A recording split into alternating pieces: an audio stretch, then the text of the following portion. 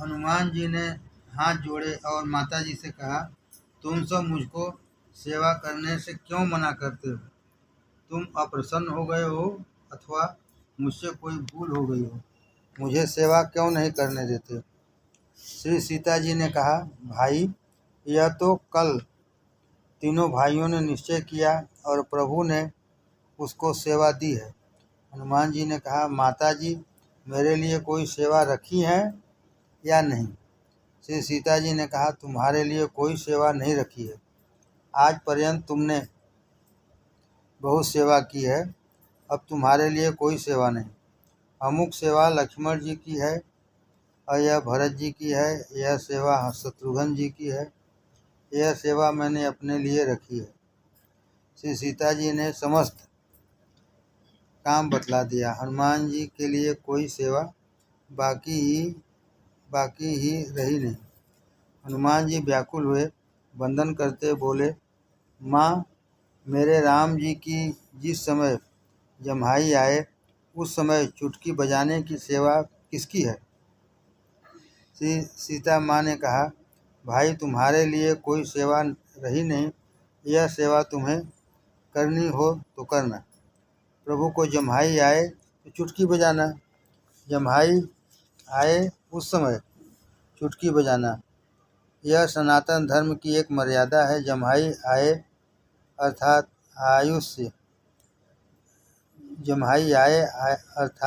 आयुष्य घटती है। चुटकी बजाए प्रभु का स्मरण करे तो आयुष्य का नाश होता नहीं। हनुमान जी ने निश्चय किया कि यह सेवा मुझे मिल गई है, इसलिए जिस समय स्वामी को जम्हाई आएगी उसी समय चुटकी में बजाऊंगा। आज तक तो हनुमान जी महाराज दरबार में पधारते थे, उस समय स्वामी के चरणों में दृष्टि रखकर खड़े रहते थे। आंख ऊंची करके सम्मुख कभी देखते ही नहीं थे। दास्य भाव से हृदय दीन बनता है, उसमें ऐसी निष्ठा होती है कि अपने स्वामी को सन्मुख दृष्टि से देखने की मेरी हिम्मत नहीं। ये मेरे अन्नदाता हैं, मेरे रक्षक हैं, मैं तो इनका सेवक हूँ। दास की नज़र तो चरणों में होती है। दास से भक्ति अधिकारी महात्मा को ही प्राप्त होती है। दास से भक्ति में चरणों पर ही दृष्टि स्थिर करनी पड़ती है। मर्यादा भक्ति में दास्य भाव मुख्य है। दास्य भक्ति के आचार्य से हनुमान जी हैं। हनुमान जी ने विचार किया कि आज तक तो मैं चरणों में नज़र रखता था, मुझे मुखार बिंदु पर नज़र रखनी पड़ेगी। कारण कि माताजी ने कहा है कि जम्हाई आए उसी समय चुटकी बजाना, इसलिए चरणों में दृष्टि रखूंगा तो जम्हाई आने की खबर पड़ेगी नहीं। इस कारण हनुमान जी महाराज आंख ऊंची करके श्री राम जी के मुखार बिंदु को निहारते रहे। प्रभु का मुखार बिंदु तो अति मंगलमय और सुंदर है। हनुमान जी को अतिशय आनंद होता, दर्शन से तृप्ति होती ही नहीं थी। दर्शन में जिसकी तृप्ति हो, दर्शन से जिसका मन भर जाए, वह वैष्णव नहीं। हनुमान जी महाराज प्रति क्षण दर्शन करते हैं। हनुमान जी तत्पर रहते, कब जम्हाई आए और कब मैं चुटकी बजाऊं। दरबार में तो मुखार बिंदु पर नज़र रखी है, परंतु हनुमान जी ने विचार किया कि चलते चलते मैं भी कभी जम्हाई आ जाती है। राम जी चलते हों उस समय जम्हाई आ जाए तो, इसलिए राम जी चलते उस समय हनुमान जी हाथ जोड़कर उनके आगे चलते चलते मुखार बिंदु देखते रहते। रघुनाथ जी अब महलों में पधारे, भोजन करने के लिए विराजे। हनुमान जी सामने बैठकर राम जी का मुखार बिंदु निहारते रहे। श्री सीता माँ परोसने के लिए आई। उन्होंने कहा, हनुमान जी अब जा यहाँ से। हनुमान जी ने कहा, माँ, जीमते हुए यदि जम्हाई आ जाए तो चुटकी कौन बजाएगा? मैं तो यहाँ से जाऊँगा नहीं। सीता जी ने सोचा, इसको मैंने यह सेवा क्यों दे दी। संपूर्ण दिन हनुमान जी ने यह लीला की। माता जी को एकांत में राम जी के साथ 5-10 मिनट बात करनी हो तो भी हनुमान जी बातों में खड़े रहे। श्री सीता जी बारंबार कहने लगी, जा न अब, तब हनुमान जी ने कहा, किस प्रकार जाऊं? आपने मुझसे कहा है कि जम्हाई आते ही चुटकी बजाना है, इसलिए कदाचित बोलते बोलते जम्हाई आ जाए तो मैं यहाँ से नहीं जाऊँगा। संपूर्ण दिवस निष्ठा पर अडिग रहे। राम जी को आनंद हुआ। बगल में हनुमान जी हों तो मुझे ठीक शोभा देता है, इसके बिना मुझे शोभा नहीं देता। रात्रि को हनुमान जी शैया पर शयन करने गए। श्री सीता जी के आने के पहले ही हनुमान जी वहाँ आकर खड़े हो गए। श्री सीता जी आई। उन्होंने राम जी से कहा, यह तुम्हारा भगत किसी को समझता ही नहीं, तुम इसको बहुत मान देते हो, इस कारण किसी को मानता ही नहीं। अब तुम इसको कहो कि यहाँ से जाए। राम जी ने कहा, मैं सबसे कह सकता हूँ, परंतु हनुमान से कहने का मुझे अधिकार नहीं। हनुमान ने बड़ी बड़ी सेवा की है, मैं हनुमान का ऋणी हूँ। एकैकस्योपकारस्य प्राणानि यान्ते कपे, एकस्ते नोपकाराणां भवाम ऋणिनो वयम्। जगत राम जी के अधीन है, राम जी हनुमान जी के अधीन है। भगवान राम अवतार में हनुमान जी के ऋणी रहे हैं और कृष्ण अवतार में गोपियों के ऋणी रहे हैं। गोपियों से श्री कृष्ण भगवान ने कहा था,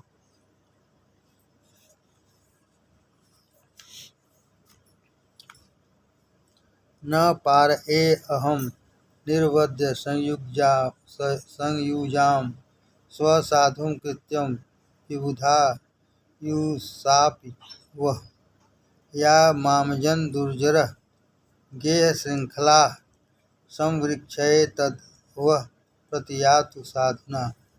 अरि सखियों, तुमने मेरे लिए घर बार की बेड़ियां तोड़ डाली हैं। ये बेड़ियां तो बड़े बड़े योगी जन भी जल्दी तोड़ सकते नहीं। मेरा और तुम्हारा यह मिलन निर्मल और निर्दोष है। यदि मैं अमर जीवन में से अनंत काल तक तुम्हारे प्रेम, सेवा और त्याग का बदला चुकाना चाहूँ तो भी चुका नहीं सकता। यदि मैं अमर जीवन से अनंत काल तक तुम्हारे प्रेम, सेवा और त्याग का बदला चुकाना चाहूँ तो भी चुका नहीं सकता। मैं जन्म जन्मांतर तुम्हारा ऋणी हूँ। श्री रामचंद्र जी ने हनुमान जी से कहा, तवै कपारिणम स्वाहम न पश्यामद्य आरुते, कर्तुम प्रत्युपकारं ते धन्यो हर्ष जगतीतले। सेवा स्मरण के अतिरिक्त अन्य कोई वशीकरण नहीं। सेवा स्मरण के अतिरिक्त अन्य कोई वशीकरण नहीं। हनुमान जी ने राम जी की ऐसी ही सेवा की है। हनुमान जी ने बदले में कुछ भी लिया ही नहीं। हनुमान जी ने बदले में कुछ भी लिया ही नहीं, केवल निष्काम भाव से उन्होंने सेवा की है। कितने ही लोग भक्ति करते हैं परंतु वे कुछ मांगते हैं। कितने ही लोग भक्ति करते हैं परंतु वे कुछ मांगते हैं। भोग या भक्ति का फल नहीं। भक्ति का फल पैसा नहीं, प्रतिष्ठा नहीं। भक्ति का फल तो भगवान है। सेवा का फल सेवा ही है, मेवा नहीं। भोग के लिए भक्ति नहीं, भगवान के लिए भक्ति करो। कितने ही लोग समझते हैं कि भक्ति करूँगा तो बहुत पैसा प्राप्त होगा। कितने ही लोग समझते हैं कि भक्ति करूँगा तो बहुत पैसा प्राप्त होगा। भक्ति करूँगा उससे मैं सुखी हो जाऊँगा। क्या भक्ति का फल लौकिक सुख है? भक्ति का फल तो अलौकिक भजनानंद है, ब्रह्मानंद भक्ति का फल है। यहाँ भोगने की इच्छा है, वहाँ भक्ति रहती नहीं। भोगने के लिए भक्ति करे, उसको भगवान अच्छे नहीं लगते। संसार अच्छा लगता है। लौकिक सुख के लिए भगवान की प्रार्थना मत करो। लौकिक सुख के लिए भगवान की प्रार्थना मत करो। संसार का लौकिक सुख तो प्रारब्ध के अनुसार मिलता है। जिस जीव के ऊपर भगवान कृपा करते हैं उसको लौकिक सुख नहीं देते। लौकिक सुख मिले तो जीव ईश्वर से विमुख होता है। लौकिक सुख मिले तो जीव ईश्वर से विमुख होता है। कई बार तो प्रभु ऐसी भी लीला करते हैं कि वैष्णव की भक्ति में विघ्न करने वाले सुख को खींच लेते हैं और वैष्णव को अनेक दुख होते हैं। इससे पापों का विचार करके भगवान निश्चय करते हैं कि इस जन्म के समस्त पापों का भोग पूरा कराकर मैं इसको अपने पास धाम में ले चलूँ। इसको परमानंद देना है। इस कारण इसके पापों को भस्म करने के लिए और इसकी भक्ति का विघ्न टालने के लिए प्रभु इसको अनेक कष्ट सहाते हैं। एक वैष्णव दंपत्ति थे, 2 ही प्राणी थे, घर में तीसरा कोई भी नहीं। समस्त दिन ठाकुर जी की सेवा स्मरण करते, ठाकुर जी की मंगलमय लीलाओं का चिंतन करते और मन द्वारा गोकुल में ही निवास करते। संपूर्ण दिन मन को भक्ति रस में सरोवर रखते। प्रभु को भी खूब प्रसन्न आनंद आता। ठाकुर जी इनके घर अत्यंत आनंद में विराजते थे। 12-15 वर्ष सेवा करने के उपरांत इनके घर में बालक का जन्म हुआ। बालक का जन्म होने से दोनों बहुत राजी हुए कि ठाकुर जी ने बड़ी कृपा की है, परंतु बालक में स्नेह इतना अधिक बढ़ गया कि सारा दिन बालक के चिंतन में ही लगने लग गया। बालक का लालन पालन करते थे। बालक तोतली बोली बोलता था। माँ बाप बहुत प्रसन्न होते थे, बालक को खिलाते थे, एक क्षण भी उसको छोड़ते नहीं थे। धीरे धीरे भक्ति का जो नियम था छूटने लगा।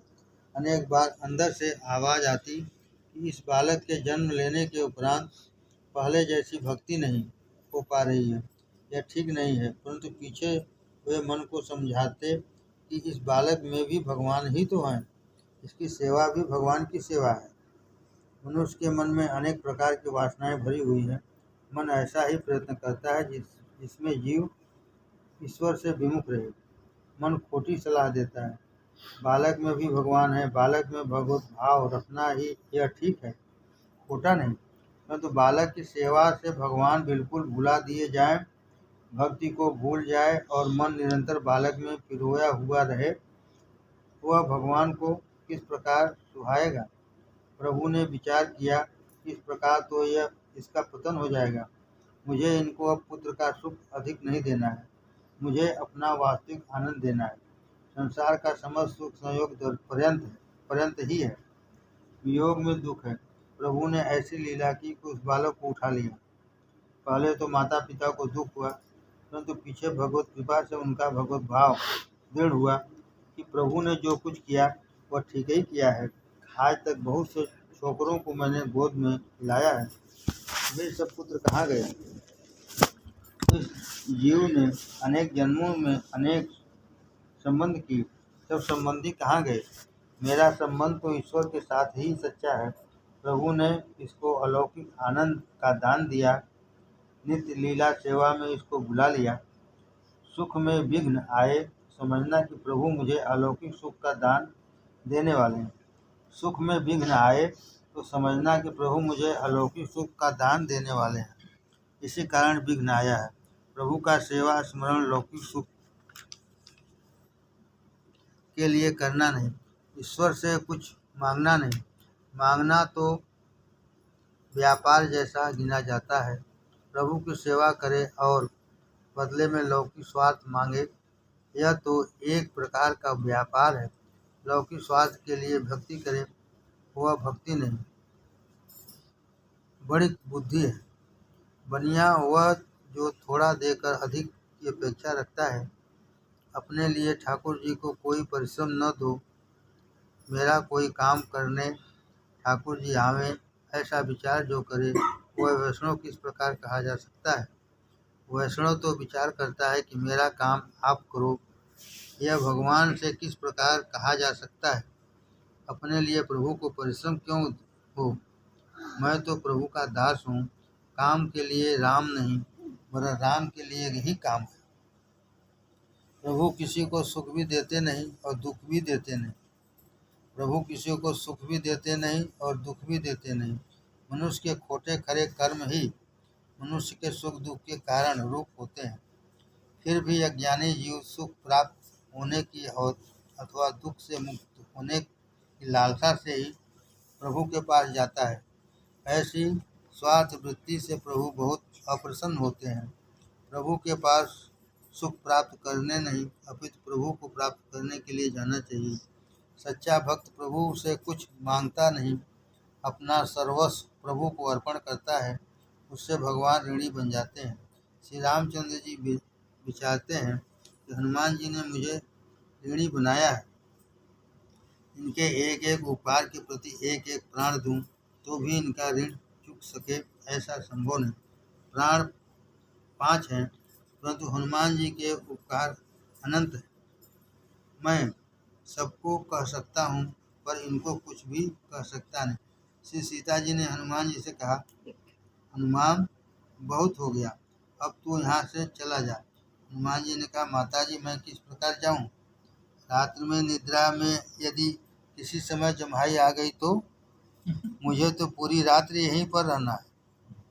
अंत में सीता जी ने आज्ञा दी कि अब तू यहाँ से चला जा। इनको जम्हाई आएगी तो तेरे बदले मैं चुटकी बजा दूंगी, परंतु तू अब यहाँ से जा। माता जी की आज्ञा हुई, इसलिए हनुमान जी कुछ बोले नहीं, बाहर गए। हनुमान जी को सेवा करने नहीं दी, इनको बाहर किया, इसलिए प्रभु आज नाराज हो गए। हनुमान जी को भी दुख हुआ, मेरे लिए कोई सेवा छोड़ी नहीं। जब भाई आए उस समय चुटकी बजाने की भी सेवा मिली, इसमें मैं संतोष मानता था, पर इस सेवा को भी मुझे करने नहीं देते। अब मैं कहाँ जाऊँ? सेवा बिना मेरे जीवन वृथा है। वैष्णव परमात्मा के लिए ही जीवन धारण करते हैं, परोपकार के लिए ही जीते हैं। हनुमान जी इसके उपरांत राजमहल की अगाशी गौफों में पधारे। उन्होंने निश्चय किया कि कल प्रातःकाल मंगला के दर्शन हों, तब तक संपूर्ण रात्रि में सीताराम सीताराम सीताराम कीर्तन करता करता चुटकी बजाता रहूँगा। अंदर किसी भी समय प्रभु को जमाई आ सकती है, इसलिए मेरी सेवा तो रात भर चलती ही रहेगी। भक्त जागता है तो भगवान सो सकते नहीं। भक्त की चिंता भगवान को सदैव ही रहती है। प्रभु ने विचार किया, मेरा हनुमान जागे और मैं सो जाऊं, यह उचित नहीं। मेरा हनुमान आज की पूर्ण रात जागरण करने वाला है, इसलिए मैं भी सारी रात जागरण करूंगा और सीता जी को भी जागरण करवाऊंगा। श्री सीता जी चरणों की सेवा में थी। राम जी ने विचार किया कि मुझे किसी भी समय में जम्हाई आ जाए। केवल इस कारण से हनुमान जी निरंतर चुटकी बजा रहे हैं और कीर्तन कर रहे हैं। मैं भी अब बारंबार जम्हाई लेता हूँ। राम जी ने बारंबार जम्हाई लेना आरंभ कर दिया। मुँह तनिक भी बंद रहता ही न था। श्री सीता जी पूछने लगी, आपको कुछ हो गया है क्या? राम जी का मुख खुला हुआ था और आंखें भी खुली हुई थी।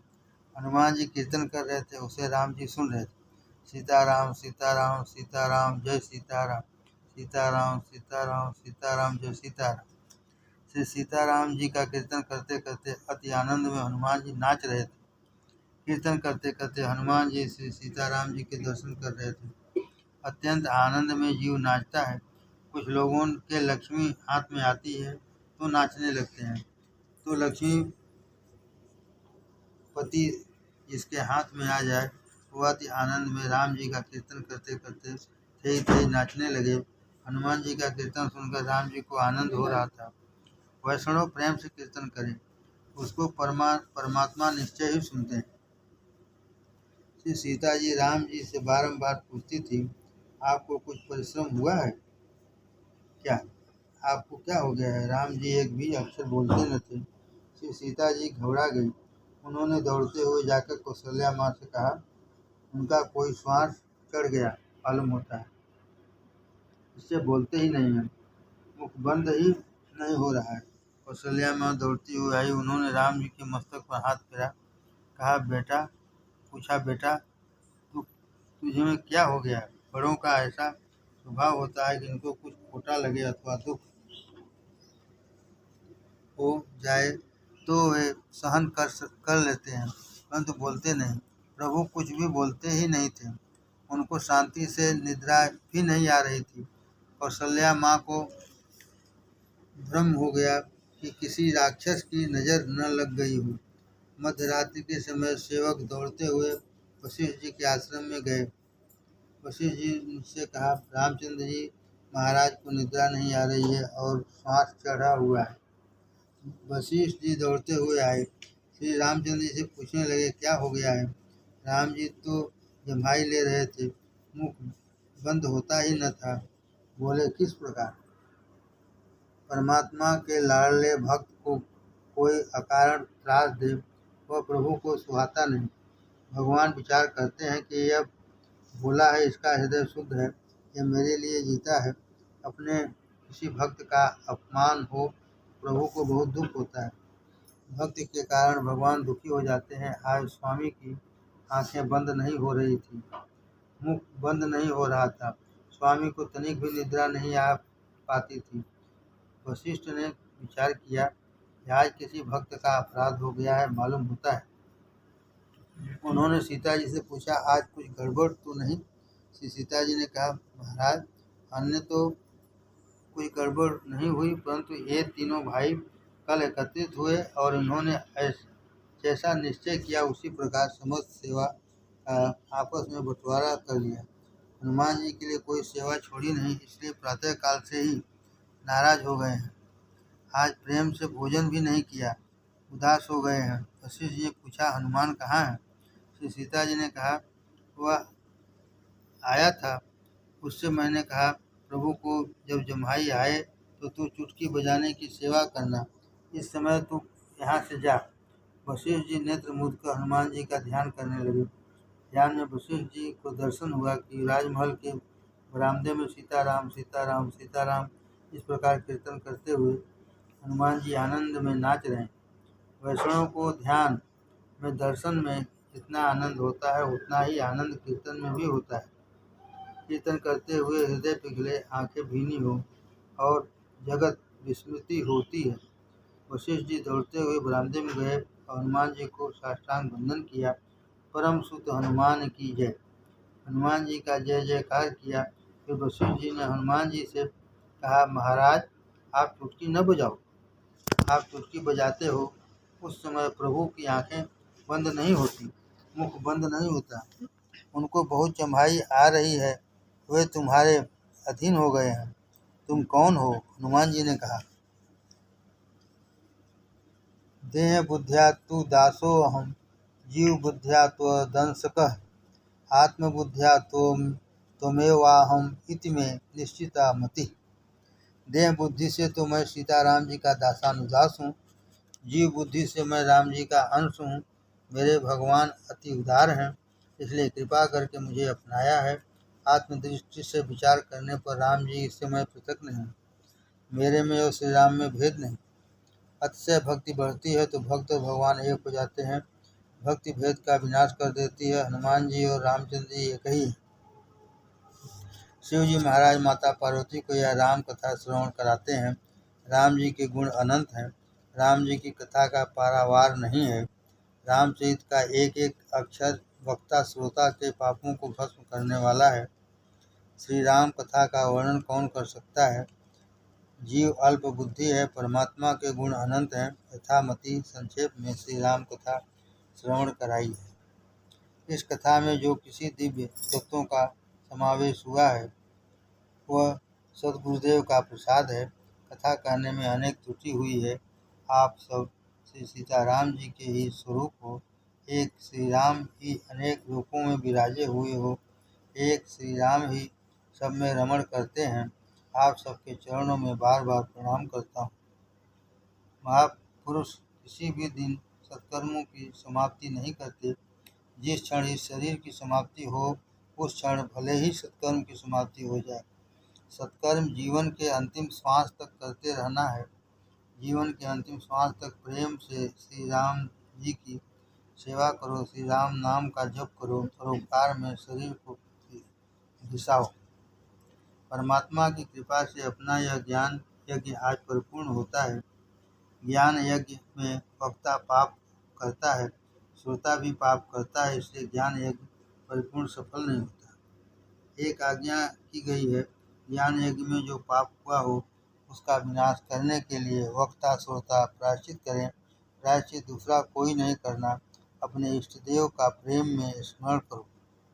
से स्मरण करो। परमात्मा के चरणों में भावपूर्वक प्रणाम करते हुए हरे नमः बोलो। परमात्मा के चरणों में भावपूर्वक प्रणाम करते हुए हरे नमः बोलो। यह 5 अक्षरों का मंत्र है। सद्भाव से वंदन करके यह हरे नमः मंत्र को 3 बार मन में नहीं जोर से बोलने की आज्ञा की गई है। 3 बार मन में नहीं जोर से बोलने की आज्ञा की गई है। हरे नमः इति मुच्यते सर्व पातकात्। यह महामंत्र भगवान के चरणों में भावपूर्वक वंदन करते करते 3 बार बोलोगे तो जाने अनजाने में यज्ञ में कुछ भी प्रमाद हो गया होगा, भूल हुई होगी, उस सबको परमात्मा क्षमा कर देंगे। अपना ज्ञान यज्ञ परिपूर्ण सफल होगा। श्री सीताराम जी सबका मंगल करेंगे। हरे नमः हरे नमः हरे नमः। सियावर रामचंद्र की जय। श्री गोवर्धन नाथ की जय। श्री गिरिराज धरण की जय। द्वारिकाधीश की जय। श्री बालकृष्ण लाल की जय। सद्गुरुदेव की जय। ओम नमः पार्वती पते हर हर महादेव। एवं कृता येन विचित्र लीला माया मनुष्येण नृपच्छलेन तम वै मरालम मुनिमानम सानाम। श्री जानकी जीवन मानतोऽस्मि। श्री रामायण जी की आरती। आरती श्री रामायण जी की कीरत कलित ललित सीपी की गावत ब्रह्मादि मुनि नारद वाल्मीकि विज्ञान विशारद सुख सनकादि शेष अरु सारद वरनि पवन सुत कीरत नीकी गावत वेद पुराण